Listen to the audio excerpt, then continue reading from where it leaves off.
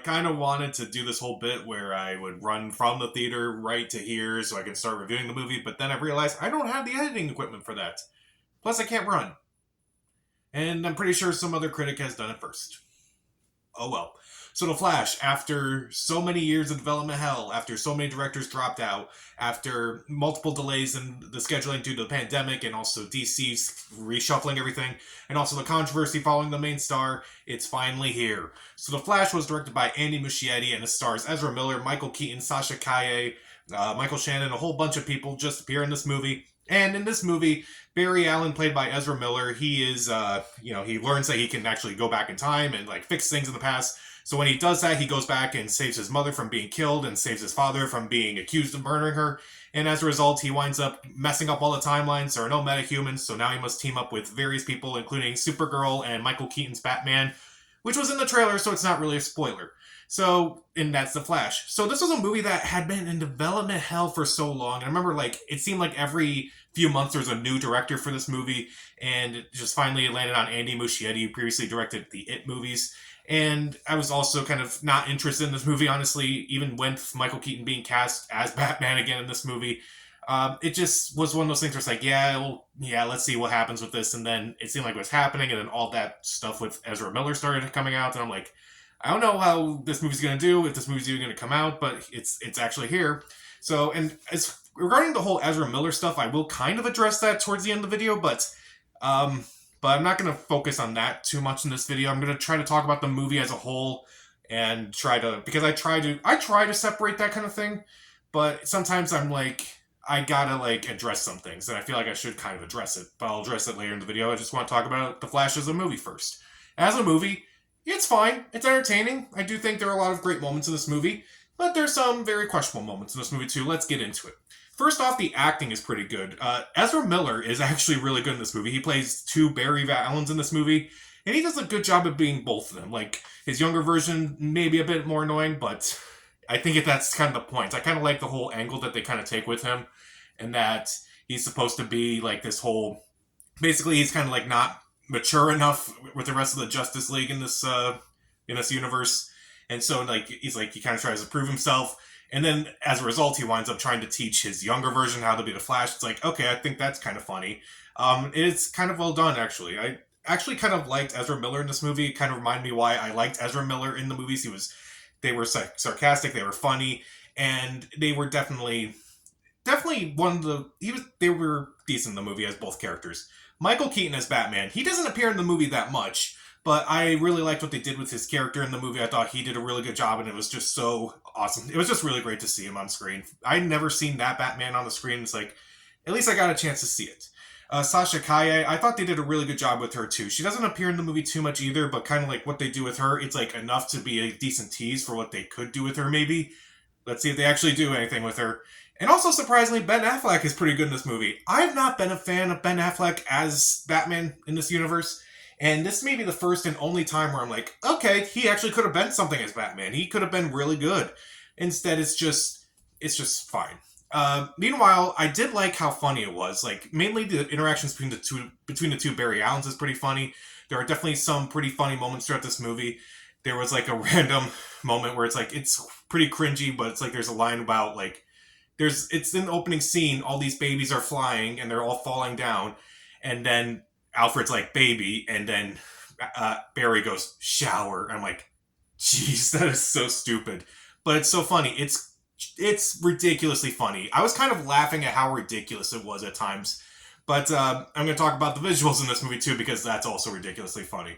There's a lot of heart to this movie too, surprisingly. I kind of did not expect that, especially towards the end of the movie, where it's like, okay, I definitely felt that. That was decent. You kind of earned that movie. And I do think there are a lot of fun action sequences throughout this entire movie. Like, the opening scene is a lot of fun. There's the last act is just action. It's just special effects heavy, which is fine. It definitely is a lot more coherent, a lot more clear than something like, say, Transformers from last week. But, it's definitely fun to watch. I do like some of the things that they do talk about in this movie, like, I kind of want to get a second chance to try to do things right, and it doesn't really apply to just Flash, it kind of applies to all these other characters in this movie, and I kind of like how the movie kind of shows how people react to various things in their lives, mainly tragedies. I do think it is really effective because like it shows how different people kind of react to these various things. It is definitely it's funny, but it also has a lot of heart to it, and I do think it works. And admittedly, I think the movie does get better as it goes along. And also, I mainly just like the relationship between the characters. Again, the relationship between both Barry Allen's is actually really good. The relationship between him and Michael Keaton's Batman and Sasha Calle as Supergirl, I did like that overall. It was definitely well done. What don't I like about this movie? Let's get it out of the way. The visuals are terrible. Holy shit, they're bad. And Andy Muschietti has tried to defend this by saying, oh yeah, it looks intentionally bad because we're kind of seeing it from the Flash's perspective, and so maybe it doesn't have a clear-cut image of what it looks like. I'm like, okay, fine, but you could have cleaned up a few things here and there. It just doesn't look great at times. It looks kind of bad. And also, I didn't really care for the villains. Something I do like about this movie is that there's no, like, main villain of this movie, but there are villains in this movie. And they're not particularly great. As when I heard Michael Shannon was going to return as Zod, it's like, okay, cool, maybe he can do something different. Like, Zod wasn't that great in Man of Steel, let's see him do something different. He doesn't do anything different. He doesn't scream as much, but that's, like, the only difference. And also, I was really annoyed with this movie too, how basically I went in knowing absolutely everything about it. And there was hardly any surprise with the movie. I knew every cameo that was in this movie, and normally I try to avoid that thing, but they kept saying, oh, this person's in this movie, this person's in this movie. What is wrong with having surprises in movies? Like, come on. Like, I sometimes want to go into a movie and be surprised. Like, yeah, like, we kind of knew that Andrew Garfield and Tobey Maguire were going to be in No Way Home, but they didn't, like, market it and say, yeah, they're in this movie. I guess, like, what I'm trying to say is, like, maybe if they didn't, like, mention all these cameos, it would have been a great surprise to see some of these people just appear in this movie.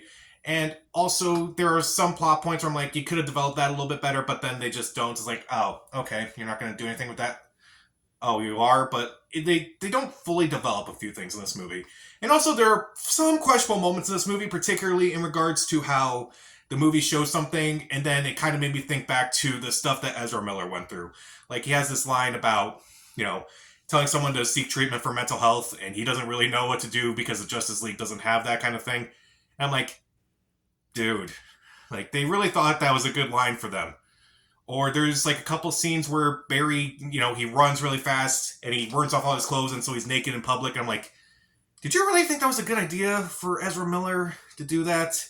Or also, like, there's a scene where young Barry, he teleports into the apartment below him, but he doesn't have his clothes with him, so he runs back up, covering his private parts with cooking wear. And I'm like, was that a really good idea for someone like Ezra Miller to do in a movie like this? Probably not. And I'm like, maybe they should have cut those things out, given everything that's kind of been going on about Ezra Miller in the last few months, or the last few years, I should say.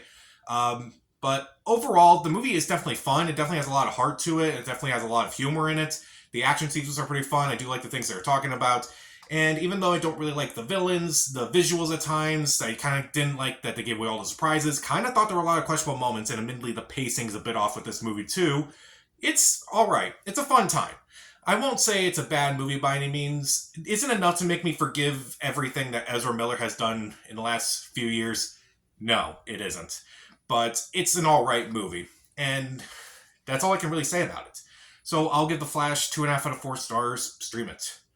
So, who's your favorite member of the Justice League? Comment down below. Subscribe to the channel. This is Pat. Stay safe.